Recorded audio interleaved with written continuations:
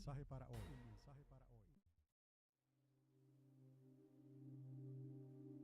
La medianoche, porque dice la palabra que se oyó un clamor a la medianoche.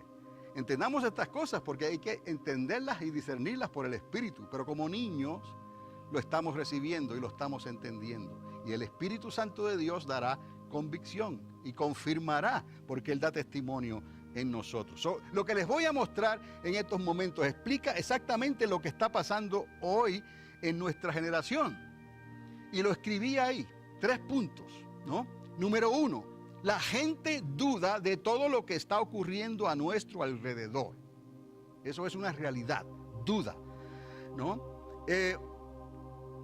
Fuera o dentro de la iglesia,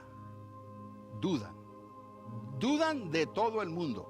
Número 2, la gente tiene preguntas que necesitan una respuesta razonable. Preguntas, porque quieren respuestas. Y número 3, tienen poca fe. Estas 3 cosas están en el centro de nuestra sociedad, en el centro del pueblo de Dios también. En cierta manera, el pueblo de Dios está expuesto a estas cosas. Y les voy a mostrar pueblo de Dios haciendo estas cosas. Y esto va también, como les dije, con lo que estuvimos hablando la semana pasada. Cuando venga el Hijo del Hombre, la pregunta era, ¿hallará fe en la tierra? Y parece ser que la respuesta será negativa, un no. Pero estamos entendiendo ahora mejor. ¿Por qué? No es culpa de Dios, no es culpa de los creyentes. En realidad, está en la naturaleza humana. Cada cual le tendrá que dar cuenta a Dios de sí mismo. Cada cual tiene libre albedrío. A nosotros nos toca hacer como el atalaya, dar la voz de alerta, no acorralarlos en una esquina y a través de la espada, ¿no?, convertirlos. No es esa la manera en que Dios nos dio la salvación y la manera de ser redimidos a través de Isaac. No fue esa manera. No fue con espada, no fue con ejércitos, es con el Espíritu de Dios, porque a través de Isaac recibimos la libertad, recibimos la promesa, y por ahí Cristo siguió el camino que Dios había trazado desde antes de los días de Adán, desde antes de los días del diluvio, desde antes de los días de la destrucción de las ciudades de Sodoma y Gomorra. Dios siempre tuvo un plan de salida, respetando tu libre albedrío, tu libertad para escoger. ¿Qué hizo Dios? Nos puso, ¿no?, nos dio vida y nos probó nuestra obediencia. En esta primera diapositiva vemos que será necesario que se establezca un tiempo de preparación antes de que se cierren las puertas o se cierre la puerta.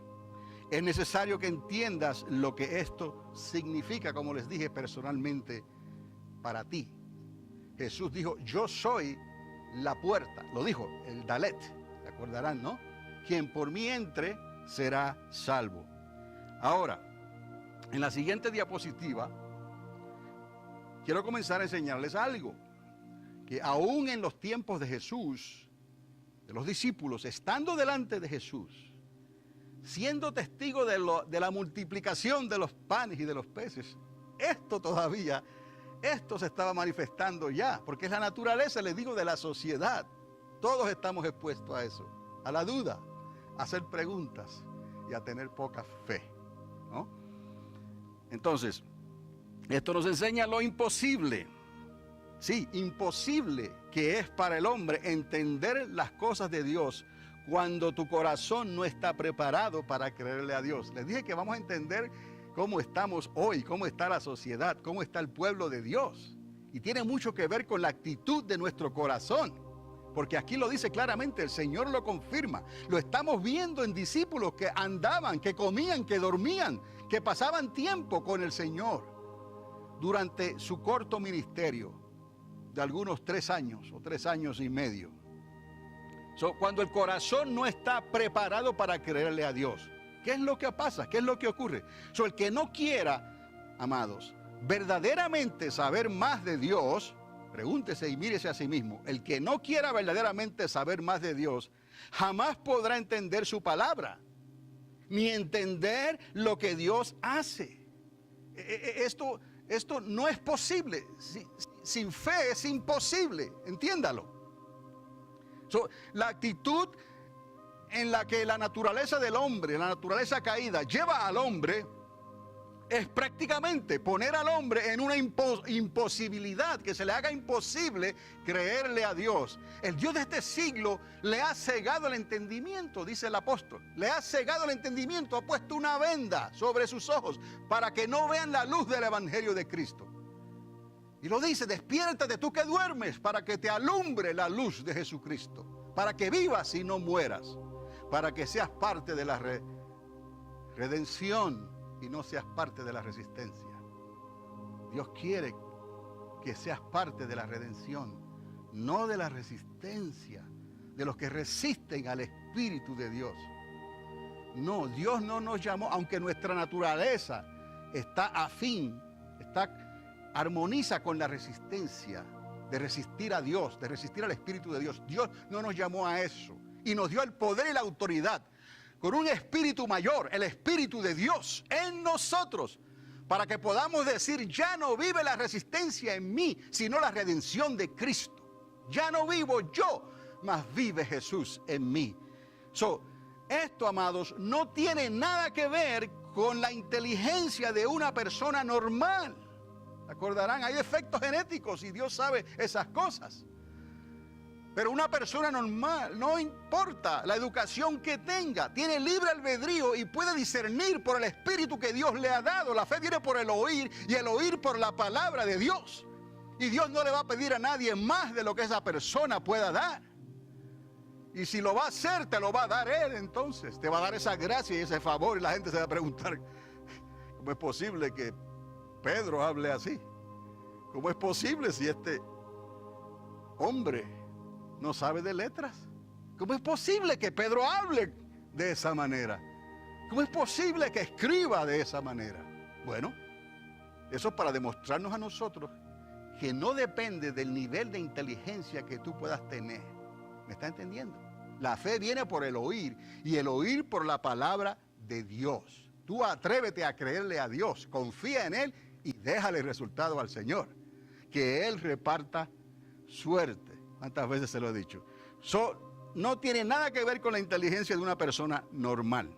Ahora, si tú o una persona que tú amas, que se dice ser creyente, no puede entender estas cosas, esto que estoy hablando ahora mismo, considera apartarte un tiempo entonces con Dios para que confirmes tu fe en Dios y comunícale eso a tus seres queridos también.